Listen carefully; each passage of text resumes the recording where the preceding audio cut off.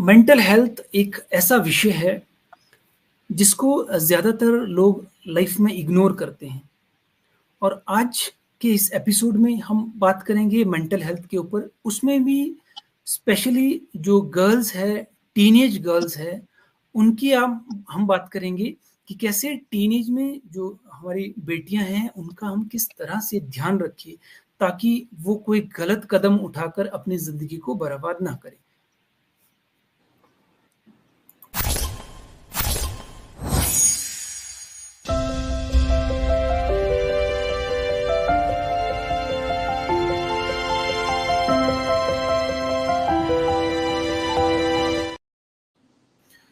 नमस्कार, मैं हूं सागर और आप देख रहे हैं स्नेह सागर एजुकेशन वर्ल्ड का टॉक शो चर्चा, जिसमें हम किसी एक्सपर्ट से उनके एक्सपर्टीज के ऊपर बात करते हैं और जानने की कोशिश करते हैं कि कैसे हम अपनी लाइफ को ट्रांसफॉर्म कर सकते हैं, कैसे हमारी लाइफ को हम और ज़्यादा बेटर बना सकते हैं।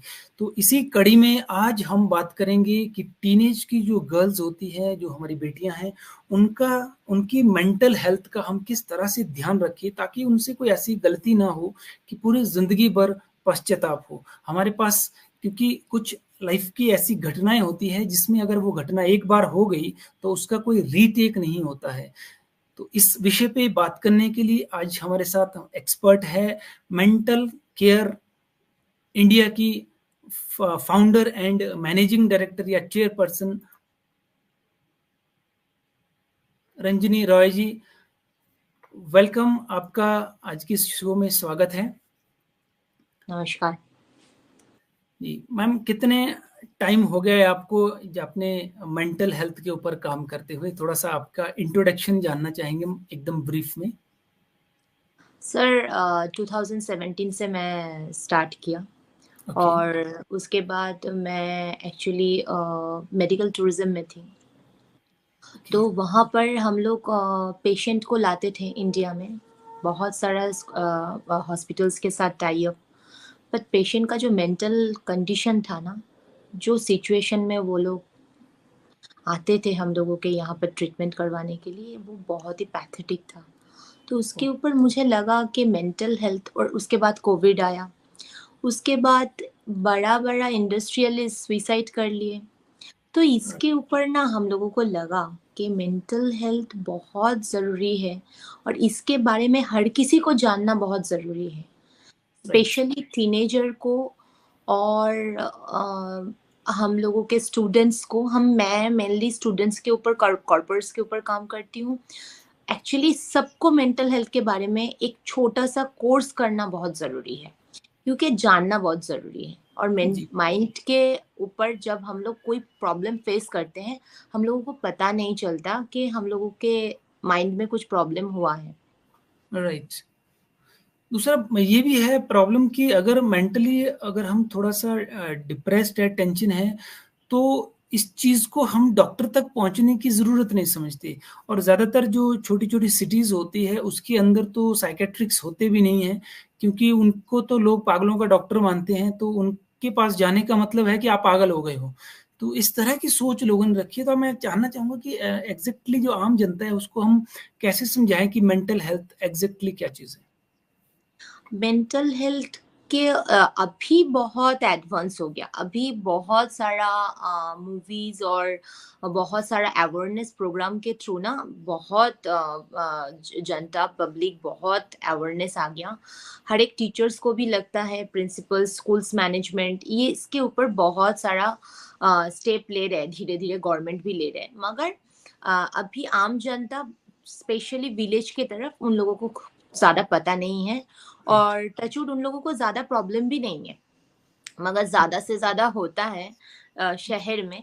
और बच्चे बहुत ही मेंटली जब प्रॉब्लम में आते हैं, उसके स्टडीज़ के ऊपर बहुत सारा इफ़ेक्ट होते हैं, उसके फैमिली के ऊपर आते हैं, मगर पेरेंट्स समझते नहीं कि बच्चे को उस टाइम में क्या कैसे हैंडल किया जाए। राइट। तो इसके ऊपर बहुत ज़रूरी है एक पेरेंटिंग और मेंटल हेल्थ का एक छोटा सा कोर्स करना, ये राइट। बहुत ज़रूरी है।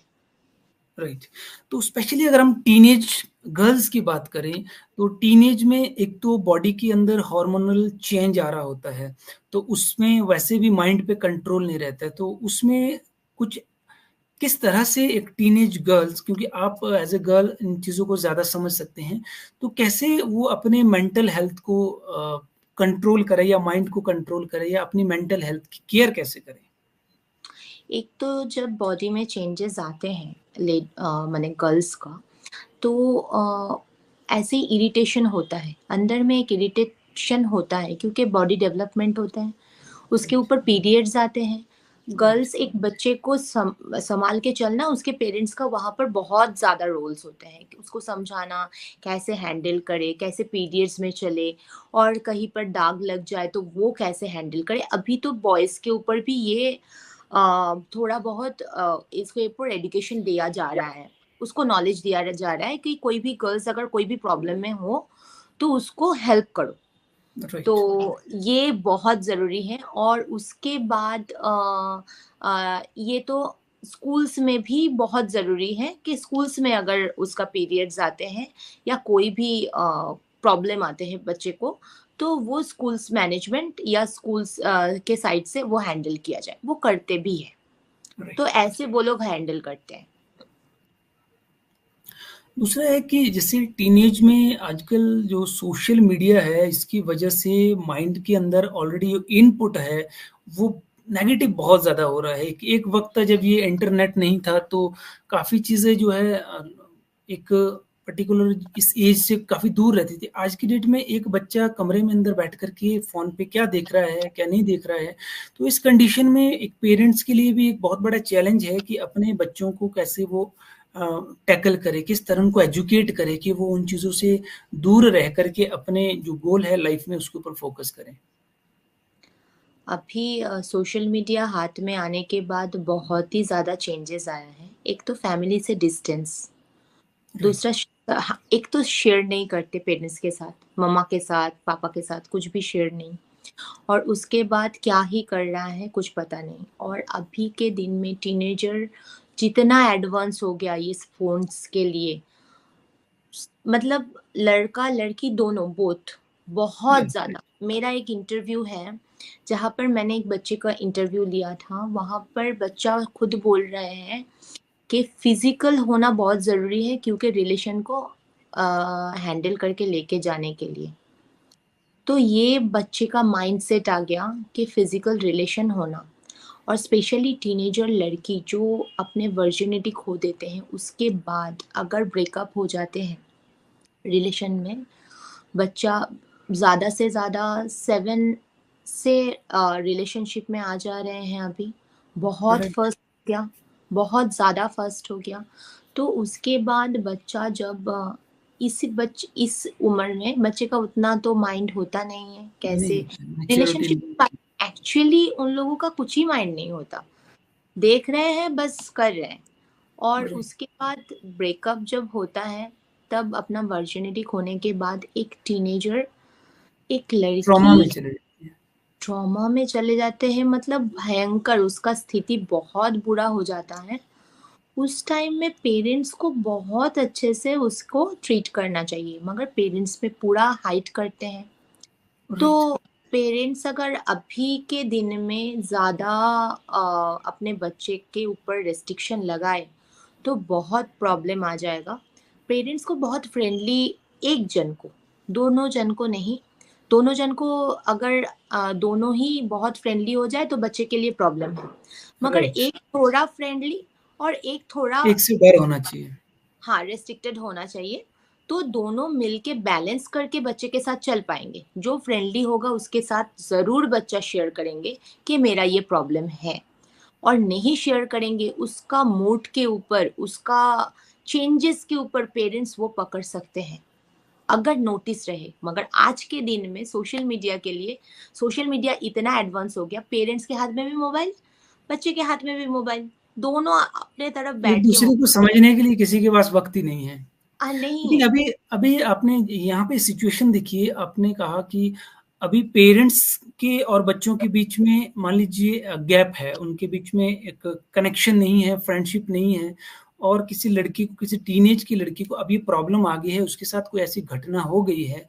अब वो ये डर रही है कि अगर मैंने बताया तो मेरी बेइज्जती हो जाएगी, इज्जत मतलब नाम खराब हो जाएगा, पेरेंट्स को बता नहीं सकती, तो ऐसी हालत में दो सिचुएशन होगी।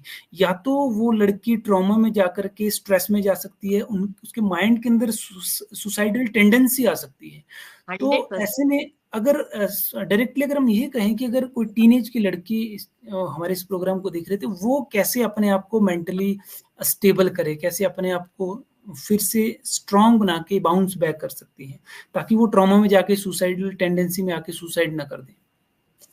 सुसाइड ट्रॉमा में जाना क्यों है? फर्स्ट, कोई कोई किसी के लिए नहीं रुकते आज के दिन में। और ऐसा तो नहीं है वो आखिरी इंसान है जो वो डिजर्व करती थी, वैसा तो नहीं है ना। तो उसको ये समझना पड़ेगा, अपने आप को डेवलप करना पड़ेगा कि अपने आप को ऐसे जगह में मुझे लेके जाना है जहाँ पर जो मुझे आज छोड़ के गया ना, कल वो बात करने के लिए मुझे 10 बार कॉल करे और मैं उसका कॉल ना पकड़ू।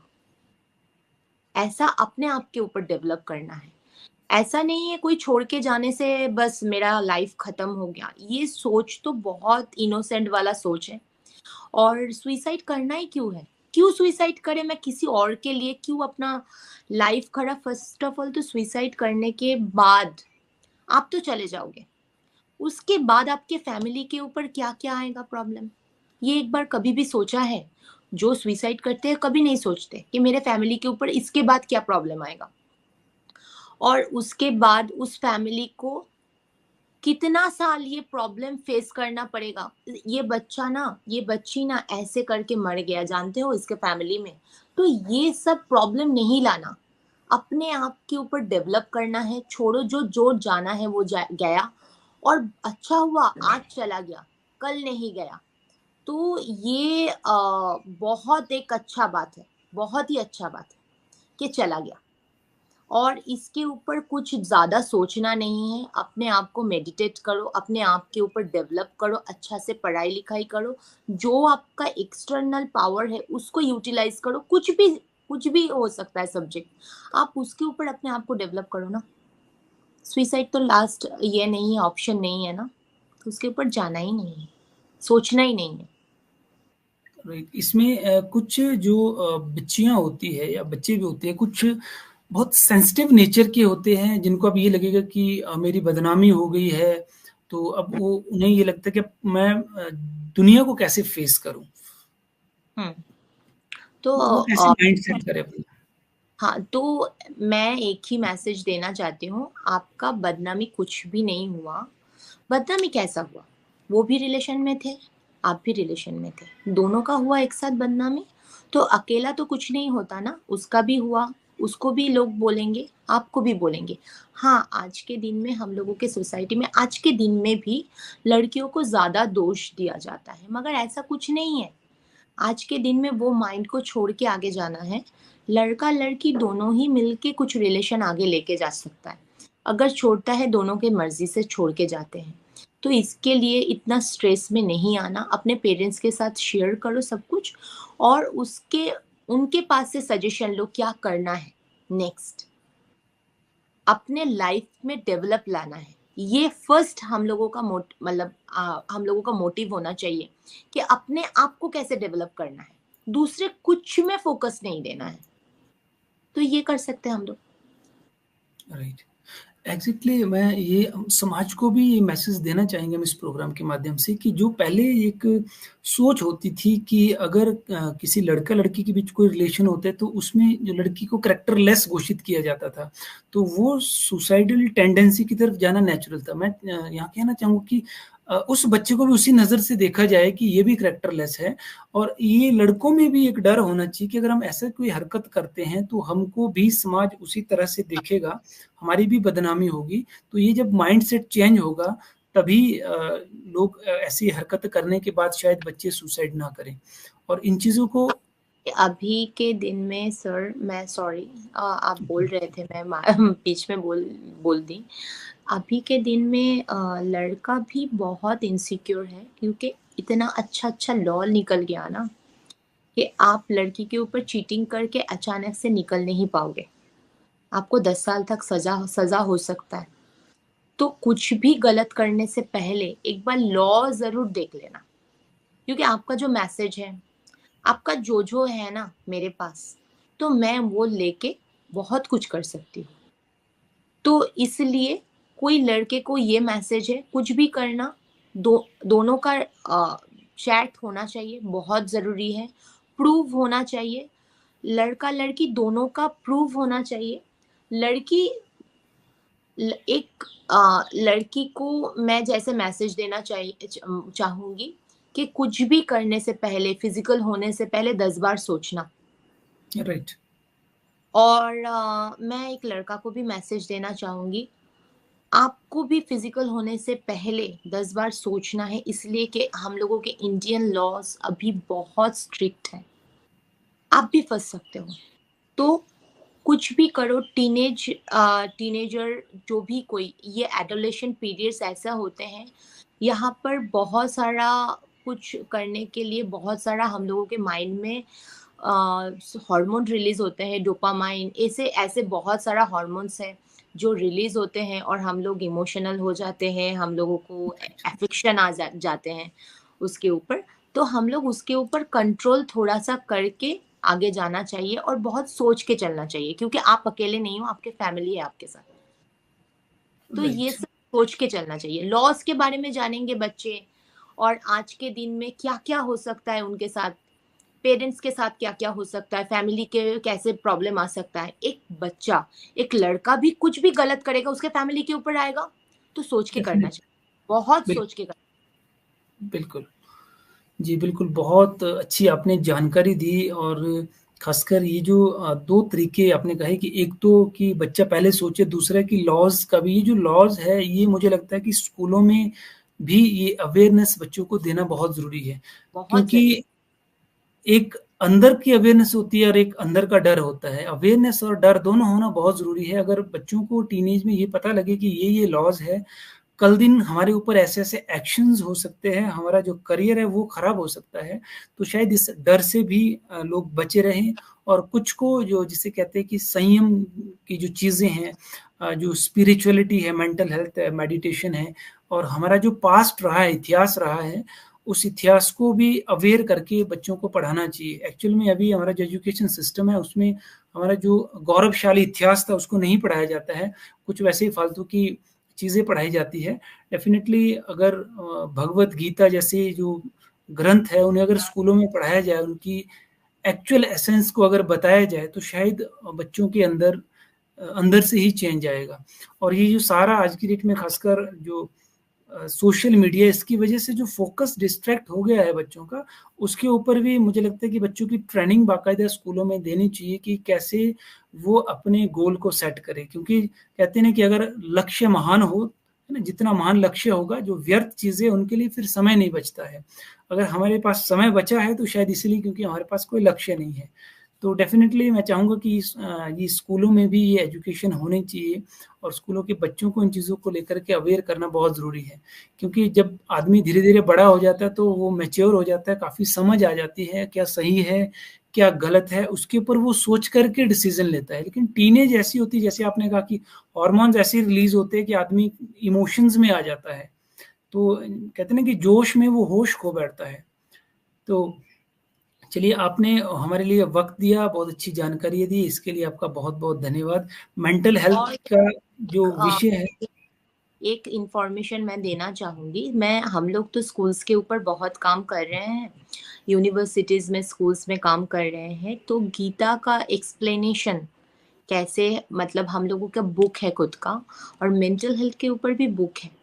ओके। अगर पेरेंट्स वो उसके ऊपर थोड़ा स्टडी कर ले, तो बहुत उनको हेल्प होगा अपने बच्चे के लिए।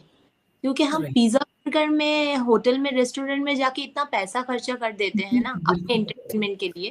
तो राइट। ये तो जिंदगी में एक कोर्स जरूर करना चाहिए बच्चे के लिए, अपने बच्चे के डेवलपमेंट के लिए, कैसे राइट। बच्चे को आगे लेके जा सके। तो ये बहुत जरूरी है। राइट। तो डेफ़िनेटली अगर आपका कोर्स है तो उसकी जो डिटेल है हम अपने डिस्क्रिप्शन में डाल देंगे। अगर बुक है या फिर कोर्स है तो उसका जो लिंक है वो डिस्क्रिप्शन में आपको मिलेगा। आप डिस्क्रिप्शन में जाकर के आप इनकी वेबसाइट या जो भी लिंक है उस पे जाकर के आप कोर्स ज़रूर करें। मैं हमेशा अपने जब भी मैं कोई कोचिंग या काउंसलिंग किसी के करता हूँ तो हमेशा एक बात कहता हूँ कि फर्स्ट प्रायोरिटी हमेशा नॉलेज को दें, हमेशा ज़िंदगी में लर्निंग करते रहें। सेकंड जो प्रायोरिटी है वो हमेशा हेल्थ को देनी चाहिए, physical health, mental health, emotional health, spiritual health. और जो थर्ड स्टेप है वो है कि हम अपने रिलेशनशिप के ऊपर सबसे ज़्यादा ध्यान दें।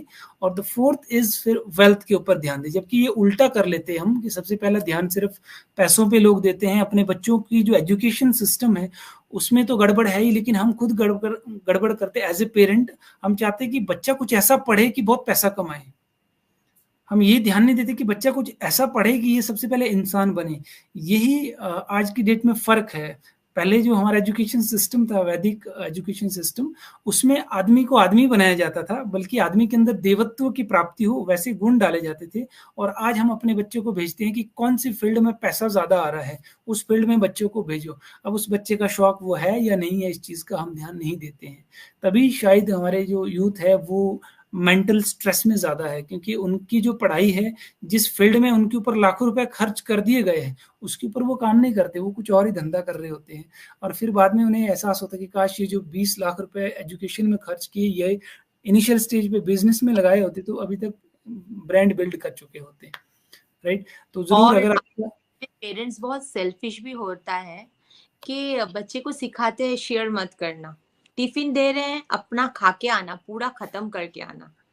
एक राइट, दिन में अगर कोई ना खाए, कोई भी बच्चा, तो उसका ज्यादा प्रॉब्लम नहीं है, मगर शेयर करना सिखाना, एक चाइल्ड होते जा रहा है, 1 चाइल्ड, और 2 अभी बच्चा लेते नहीं, बहुत कम, तो बहुत कम। 1 चाइल्ड शेयर करना नहीं सीख रहे हैं, तो इसमें भी माइंड में बहुत इफेक्ट आते हैं, राइट, राइट। बहुत इफेक्ट आते हैं। बच्चे को, बिल्कुल। पेरेंट्स को बहुत अवेयरनेस होना चाहिए, बहुत ज्यादा उन लोगों को सीखना चाहिए, तभी बच्चे को सिखा पाएंगे। राइट। सबसे जरूर बड़ा हम पेरेंट्स होते हैं, सबसे बड़ा हम टीचर एक एक एपिसोड हम जरूर अपने पेरेंटिंग के ऊपर आपके साथ करेंगे, जिसपे हम पेरेंटिंग के ऊपर बात करेंगे कि छोटे से बच्चे को लेकर के बड़े बच्चे तक हम किस तरह से पेरेंटिंग करें। उसके ऊपर जो भी टिप्स है वो आप जरूर हमारी जनता को दें। तो फिलहाल आज के लिए हम यहीं पे अपने एपिसोड को ख़त्म करते हैं। अगर जानकारी अच्छी लगी हो तो आप ज़रूर इस वीडियो को शेयर करें, और लिंक में दिए गए जो कोर्सेज के जो लिंक्स है उन्हें जरूर, अगर बुक है आपकी तो बुक्स को जरूर परचेज करें, क्योंकि छोटा सा इन्वेस्टमेंट होता है। ध्यान दीजिए, मैं जनता को यहाँ कहना चाहूंगा, अपने सभी दर्शकों को, कि जिस चीज के ऊपर पैसा खर्च करने के बाद आपको कुछ सीखने को मिले, आगे कुछ डेवलपमेंट हो, तो वो खर्चा नहीं होता, उसे इन्वेस्टमेंट कहते हैं। हमने पिज्जा खा लिया, बीमारी अंदर डाल दी, तो वो खर्चा है। हमने 200 रुपए 500 रुपए में कोई बुक खरीदी, तो वो इन्वेस्टमेंट है। तो इसलिए इन्वेस्टमेंट करना सीखे, और सबसे पहले इन्वेस्टमेंट अपनी लर्निंग पे करे। तो आपका रंजना जी, आपका बहुत बहुत धन्यवाद। आपने अपना कीमती वक्त निकाला, ऐसी वैल्यूएबल जानकारी दी, इसके लिए आपका बहुत बहुत धन्यवाद। Thank you so much, thank you जी सो मच, मुझे आके बहुत अच्छा लगा, थैंक यू। जी, थैंक यू, थैंक यू। तो दर्शकों, आज आपने मेंटल हेल्थ के ऊपर बहुत कुछ सीखा। मुझे उम्मीद है कि आप अब, खासकर वो जो पेरेंट्स जिनके घर पे टीनेज की गर्ल्स है, उनके लिए आप स्पेशली हमने बात की कि इस टाइम पे हार्मोनल चेंज आते हैं, इरिटेशन होता है, माइंड का जो कंसंट्रेशन है वो पहले ही ऊपर नीचे हो जाता है। दूसरा, इमोशन में आने की वजह से जो हमारा जो डिसीजन होते हैं वो भी इमोशनल होते हैं। तो ऐसे में ज़रूरी है कि पेरेंट्स का, आज रंजनी जी ने बहुत अच्छी बात कही कि किसी दो में से एक, अगर लड़की है तो खासकर लड़की के लिए जरूरी है कि एक माँ का उसके साथ एक फ्रेंडली रिलेशन हो, ताकि वो अपनी हर चीज को, अपने बॉडी के अंदर होने वाले इम्बैलेंस को, बॉडी के अंदर होने वाले चेंज को, और माइंड के अंदर जो थॉट्स आ रहे हैं उनके उनको वो आपके साथ शेयर कर सके। क्योंकि जितना दोस्ताना बिहेव होगा, तो उसमें ये होगा कि अगर आपकी लड़की गलती से कोई गलती कर बैठती है, तो वो आपके पास, पेरेंटिंग अगर आपकी अच्छी होगी तो वो आपके पास आएगी, तो वो आपसे शेयर करेगी कि मुझसे ये गलती हो गई है, अब मुझे क्या करना चाहिए, आप मुझे गाइड करें। अदरवाइज वो लड़की आपके पास ना आकर के सीधा सुसाइड कर देगी। तो ये आपके ऊपर डिपेंड करता है आपकी पेरेंटिंग कैसी होनी चाहिए। अभी भी अगर आप वो 70-80s के पेरेंट्स की तरह ना करें, वक्त बदल चुका है, इसलिए अपने आप को अपडेट करें, अपने बच्चों के साथ एक दोस्ताना व्यवहार रखें और उनकी प्रॉब्लम को समझिए। अगर वो प्रॉब्लम में है तो प्रॉब्लम में आप उनके साथ खड़े हो जाएं। अगर उनकी गलती भी है तब भी उनके साथ खड़े होकर के उनको ये जताना है कि हम आपके साथ हैं, आपसे गलती हुई है तो कोई बात नहीं, जिंदगी में ऐसी गलती फिर ना हो, तभी वो एक जिंदगी जी सकती है। अगर डर होगा तो शायद हो सकता है वो जिंदगी को जी भी ना पाए, और फिर लड़की भी जाएगी और आपकी जिंदगी भी बर्बाद हो जाएगी। तो आगे फिर किसी एपिसोड में और हम बात करेंगे मेंटल हेल्थ के ऊपर, और तब तक के लिए बहुत बहुत धन्यवाद। वीडियो को जरूर लाइक करें, शेयर करें। आपको अच्छा लगा आप कमेंट्स करें, और किस टॉपिक के ऊपर आप चाहते हैं कि अगला हम एपिसोड करें वो भी आप जरूर हमें बताएं कमेंट्स में, ताकि हम ऐसे एक्सपर्ट को लेकर के आए जो उस टॉपिक के ऊपर मास्टर हो। बहुत बहुत धन्यवाद। Thank you.